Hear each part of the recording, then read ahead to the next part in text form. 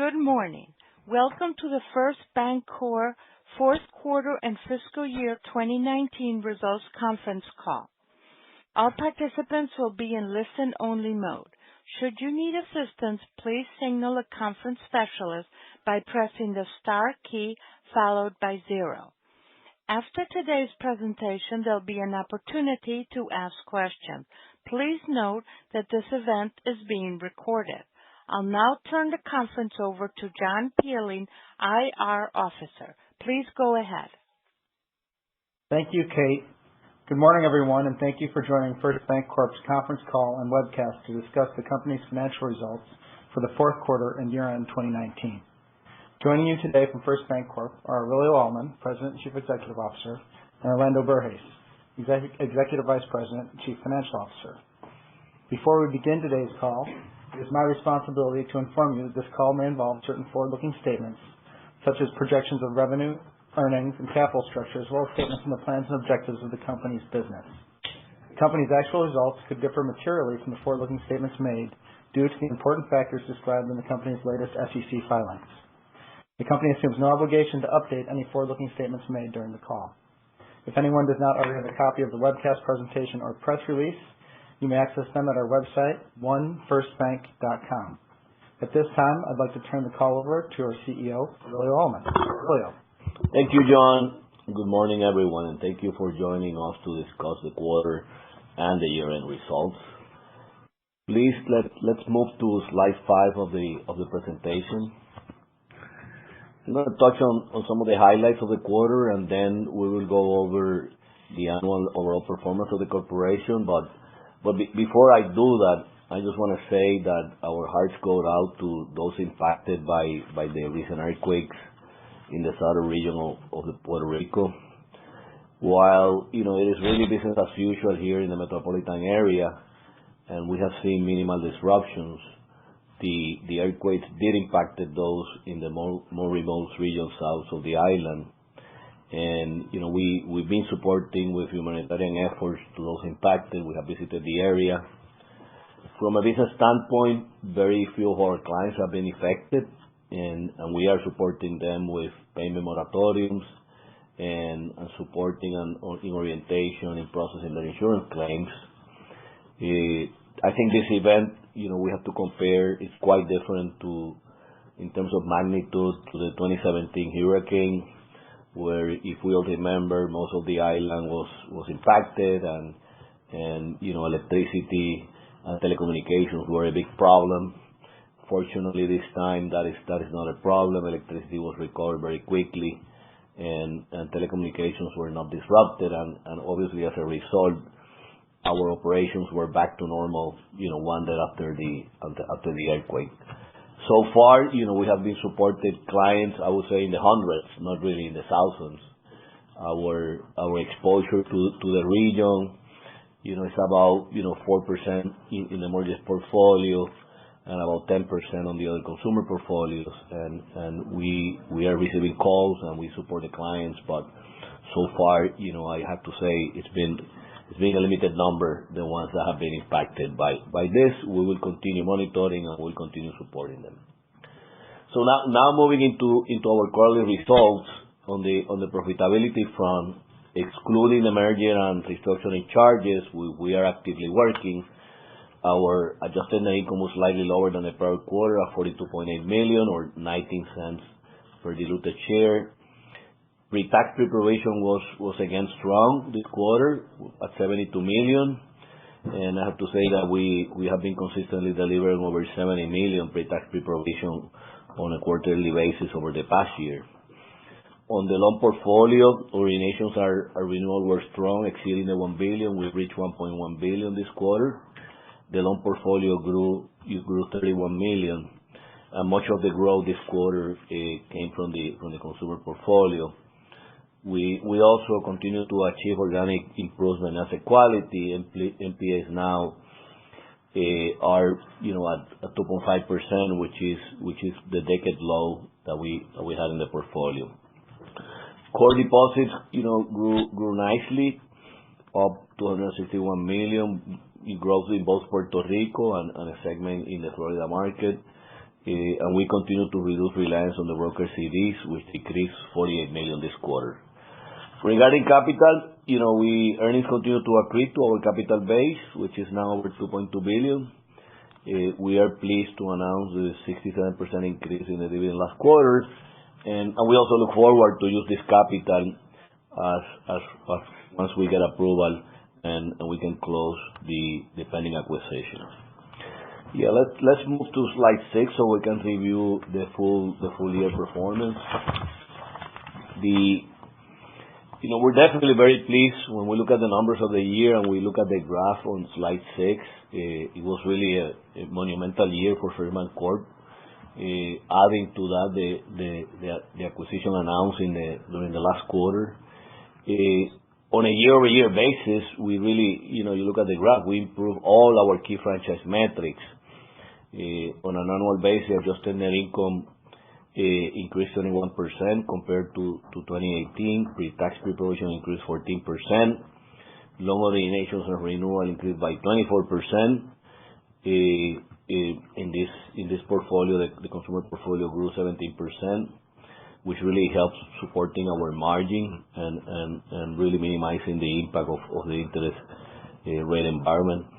NPAs were down 32% during the year. During the year, we also grew overall deposits by 6%, or $330 million, and reduced broker CDs by 22%, or $122 million. We have materially transformed the make of our deposit mix. Now, non-interest bearing represents over 25% of our deposit base, and broker is below 5%. Before I hand the call to Orlando, I really want to recognize my executive team, my officers and employees, the support of the board, for all the hard work and achievement of the year that have really positioned the franchise well for 2020 and the future. The earning powers of the combined franchise will drive, future capital generation at a faster pace. We are working hard on integration plans of the pending acquisition and preparing to better serve our customers and be a larger competitor in the island. We look forward to 2020 as a transformational year for our company. With that, I will turn the call to Orlando so he can cover the quarter in more detail. Thank you. Good morning, everyone. As you saw in the earnings release, we generated $36.4 million of earnings in the quarter, which compares to $46 million we had last quarter. But as Aurelio mentioned, the fourth quarter included $10.9 million in merger and restructuring costs of our recently announced transaction with Santander, including a voluntary separation program we offer at First Bank in December. And I'll touch upon those a bit later.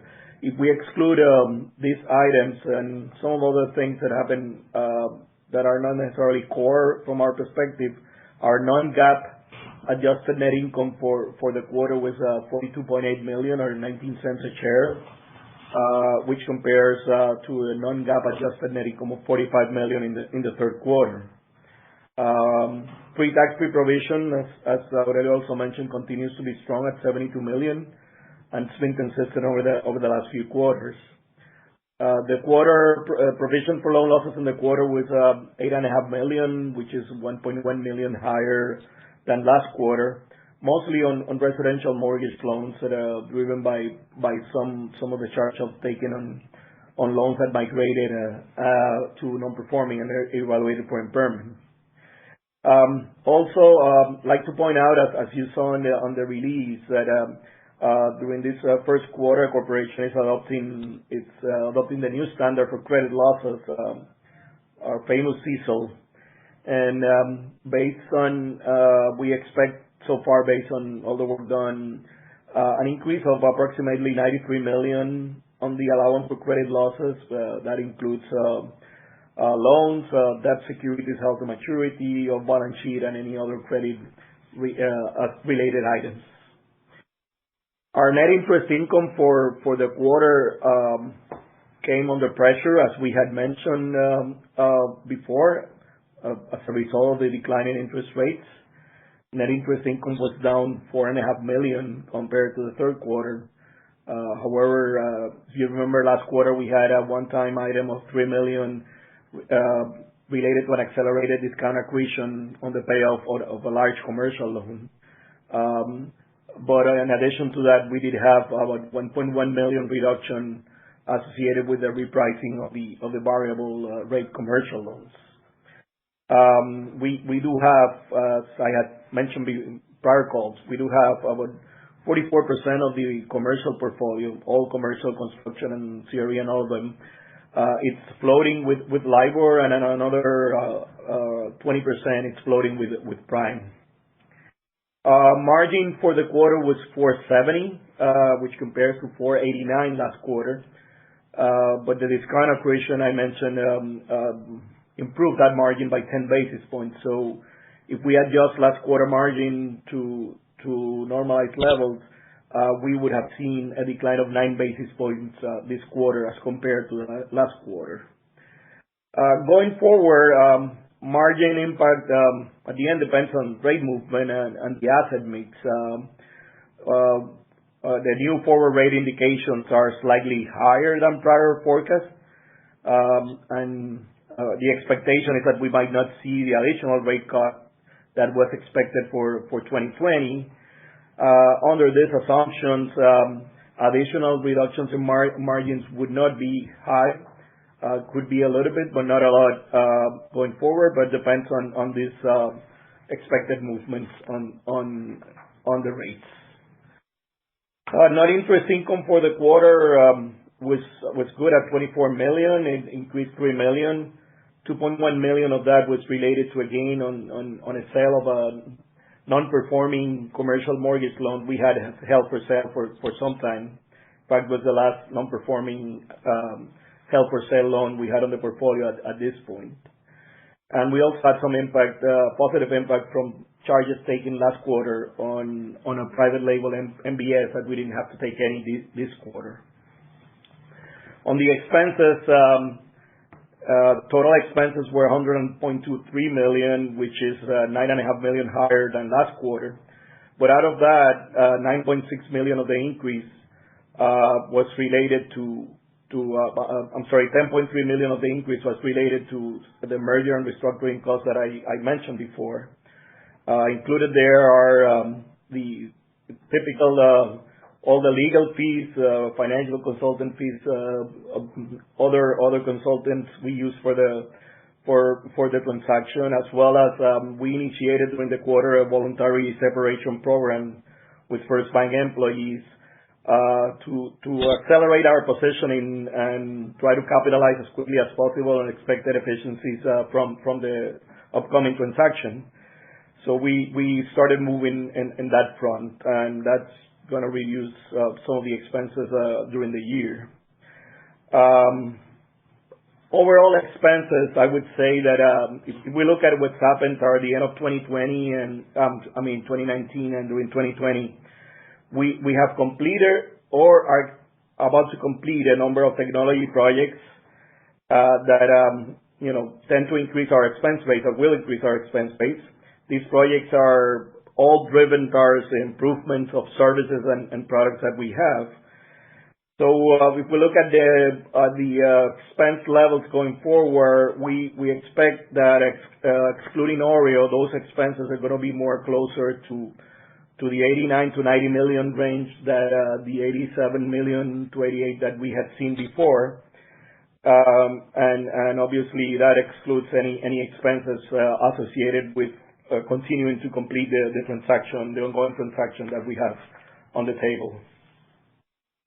Non-performing assets decreased $14.7 million for the quarter to 317 total non-performing assets. Non-performing loans decreased by $12.4 million. We saw reductions of $7.9 million in commercial and construction and $5.6 million in non-accrual residential mortgage loans. As I mentioned, we completed a sale of $6.7 million of a non-accrual commercial mortgage loan held for sale. And we also collected or brought current an additional $6.2 million in the commercial non-performing portfolios. However, we did see a migration of $6 million construction relationship in the Virgin Islands that offset some of the reductions. Aurelio portfolios have continued to decrease as lower migration. However, if you look at inflows, overall inflows were a bit higher, 33.5 million, which is 1.7 million higher than last quarter. But that was highly driven by the one case, a 6 million case construction portfolio. The quarter, we also saw reductions of adversely classified assets, 34 million in the quarter.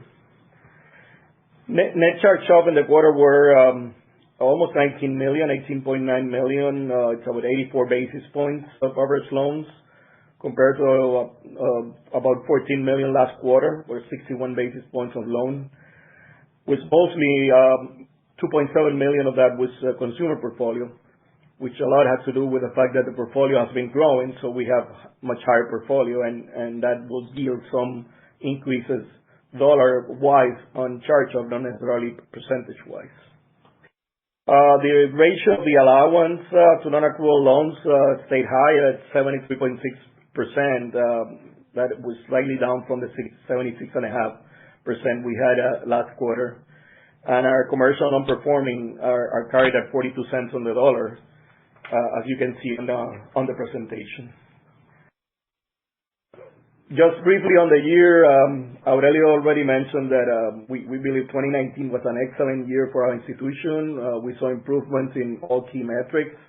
You saw some of the components that were listed in there.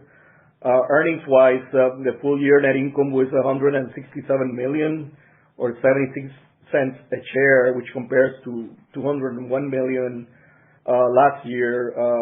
However, remember that last year we had a $63 million benefit from the partial reversal of the DTA valuation allowance.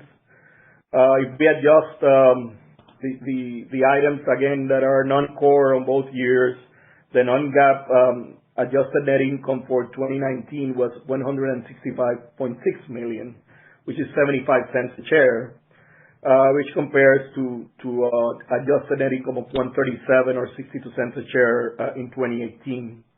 Overall, a 22% improvement year over year on the adjusted non-GAAP basis.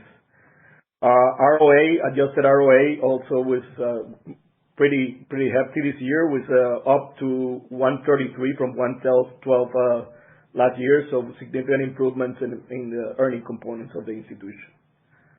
With that, I think that we will open the call for questions and attend some of your pending items. We will now begin the question and answer session. To ask a question, you may press star then one on your touch-tone phone. If you're using a speakerphone, please pick up the handset before pressing the keys. To withdraw your question, please press star then two. Our first question is from Ibrahim Punawala from Bank of America Securities. Go ahead. Good morning, guys. Morning, Ibrahim. So I guess just first question, it would be helpful to get a little bit of an update, Aurelio, in terms of the activity on the island, just what it means for your loan and deposit growth as we think about on a core basis going forward. And if, because of the recent events, you see some of the federal fund aid inflows and just private sector activity slowing down over the coming quarters? So far, it's actually probably too early to really tell, but we haven't seen a real impact outside from the impacted area, which is, the south region of Puerto Rico. And when you look at the overall island, the size of the island, the size of the population in the areas nearby that southwest region compared to where most of the economic activity takes place. So that's why when we look at the numbers of total exposure on our portfolios, they are, what we consider low. Obviously, there would be some impact in the region. I think the other effect that could have overall is tourism, which, it's also too early to tell. But I have to say that, we have to think about the compensating factors also, which are, the additional reconstruction effort and funds that will be in the island to continue supporting the reconstruction of the area. Obviously the timing, how much additional time, if we continue to have reoccurrence or not of earthquakes of the similar magnitude, that's another factor which, since basically January 7, have been limited to lower severity. So far on the other regions, we have not seen, a change in what we do every day, for the month of January in terms of business volumes and activity, considering the seasonality of January, which is always, a slower month than December, as an example. But so far, in general, we don't expect, any significant impact to the economy on this. It's quite different magnitude to what we experienced in 2017. We have to be conscious of that, and I think the fact that electricity and telecommunications were back to normal in a very short period has also to do with the disruption that was created before, which was the majority of the roots of the issues were the lack of electricity and telecommunications. Yeah. Got it. And just on a separate note, period end non-interest-bearing deposits were very, very strong. Just wondering if we should expect some seasonality and outflows of what we saw in the fourth quarter coming into the bank. And just Orlando, in terms of when you think about the margin outlook, do you expect things to stabilize with the Fed on the sidelines, or do you expect additional compression?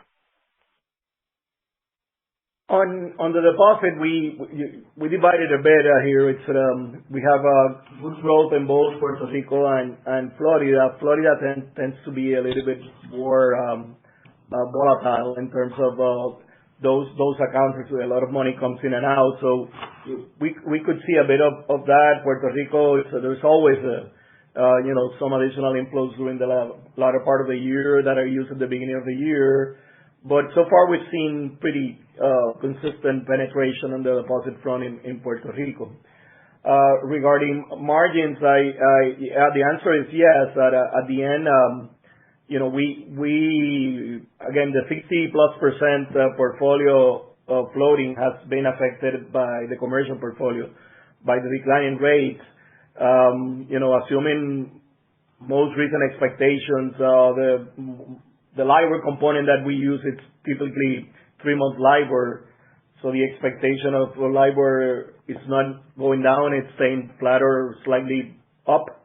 And if there are no additional Fed fund rate cuts, clearly prime would stay, at least at current levels. That would limit the exposures a bit that we have on the margin. Remember, at the end, there is a little bit of a mix also, because if we continue to achieve deposit growth, which we want to achieve, and then it goes tied with volume growth and portfolio, investment portfolio. But clearly, from the net interest income perspective, if rates would stay flat, the impact on margins would be small. Understood. Thanks for taking my questions. Again, if you have a question, please press star, then 1. Our next question is from Alex Turdal from Piper Sandler. Go ahead. Hey, good morning, guys. Hey, Alex. Hey, Alex. Hey, first off, I'm just wondering if you can give us any sort of help on how we should be thinking about provisioning in 2020, I guess pre-Santander and post-CECL, just kind of take into account what's happened to your reserve and expectations for loan growth, et cetera. That's a $64,000 question. So, I mean, at the end, remember that once you adopt CECL, in essence, we're taking lifetime losses. Lifetime losses are a function of expected economic scenarios going forward, and it's expected, and historical loss and correlation of factors. In our market, there are factors such as unemployment, home price index that are critical factors in those losses. Assuming, those components would stay consistent from quarter to quarter, your implications would be then a volume, either growth or reduction, not so much in terms of your loss component. So in reality, Alex, first quarter I would say that other than for any significant change in economic assumptions, which are not something that you typically see dramatically from quarter to quarter, a lot would have to do with how the portfolio moves.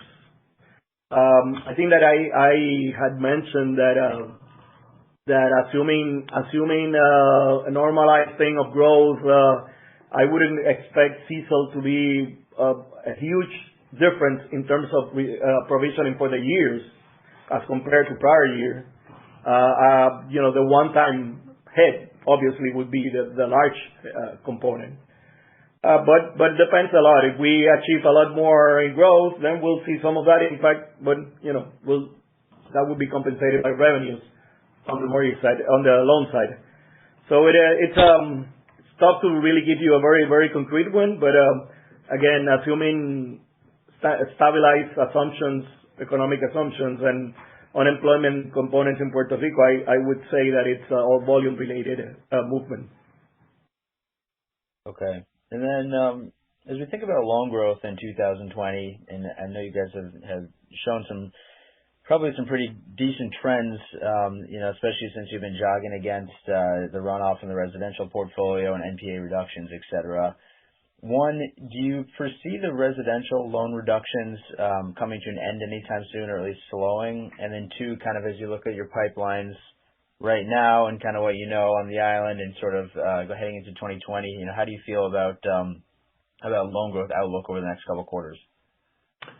If you look at the plan itself, how we view it and how is our loan strategy, yes, the mortgage portfolio, should continue to accrete a bit.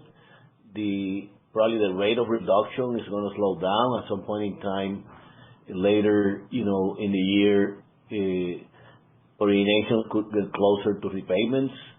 We're doing a strong originations, but we're focused on the conforming side of the equation, which is reflected in the gain on sale on the non-interest income. On the consumer, we still see additional opportunities for continued growing the portfolio, as we did over the last couple of years. And on the commercial side, we have significantly less non-performing loans to move out. So if the pipelines, translate into closings, we should see an increase in the commercial book at better rate than prior years, because some of the growth that we achieved in prior years was offset by the reduction in NPLs that we also achieved. So we don't have that large NPLs reduction targeted for this year, because we're really approaching we still have some work to do there, but we are approaching a normalized portfolio. So from that perspective, yeah, the answer is we should see better growth in the commercial if the pipelines materialize. We haven't seen indications yet that that's not going to happen, but the environment can change. Yeah. Got it. And then just a final question, as you continue to move closer to closing the Santander transaction, do you foresee any meaningful balance sheet cleanup as being necessary before that deal closes? No, if you look at the math of the deal that we shared back in October, those numbers stand.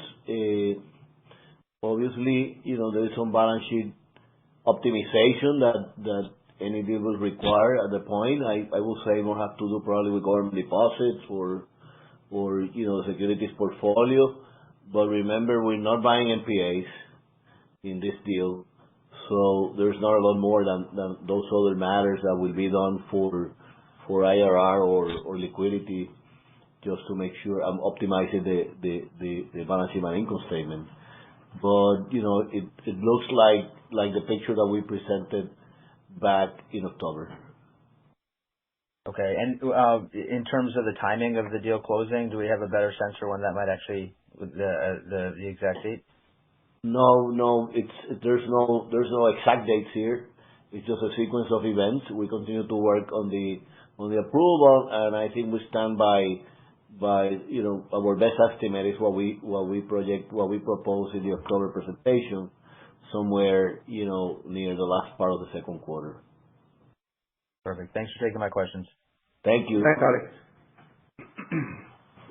Our next question is from Glenn Manna from KBW. Go ahead. Hi, good morning, guys. Hi, Glenn. Morning, Glenn. I had to jump on the call late, so Orlando, I missed most of your commentary on the NIM. I guess if you look at the moving parts and 10 basis points was from the interest and cost recoveries in last quarter, maybe 6 or 7 basis points from the actual interest rate environment. What do you expect for the trajectory of the NIM here? Could we see stabilization into 1Q19, or would you expect some kind of modest further deterioration? What I was mentioning is that if we assume the expected the most recent scenario, it's probably an expectation that there is not going to be another rate cut, and that there will be some stability with some improvement in the LIBOR. If that were to happen, my opinion is the margin impact it's small from where we are now, since we do have a large chunk of the commercial portfolio. As you probably saw in the release, it's 44% it's LIBOR based and 20% it's prime based. So those two components move quickly if rates go down. At the end, it's a bit of mix also on the assets, but with those assumptions, the impact on margin shouldn't be much. It could be a little bit, but not a lot, based on where things have been repriced recently. Okay. Thanks, guys. Thanks, Glenn. This concludes our question and answer session. I would now like to turn the conference back to John Peeling for closing remarks. Thank you, Kate. On the investor front, we have the KBW conference in Boca coming up on February 13th. We are also attending the Credit Suisse conference in Key Biscayne on February 27th, as well as the KBW Investor Tour to Puerto Rico on March 16th. In addition, we're hosting a number of individual investor meetings here on the island. Weather is beautiful here, so if you're tired of the cold up north, come down and visit us. We appreciate your continued support and look forward to seeing many of you in the coming months. Thank you. At this point, we'll conclude the call. Thank you all. The conference is now concluded. Thank you for attending today's presentation. You may now disconnect.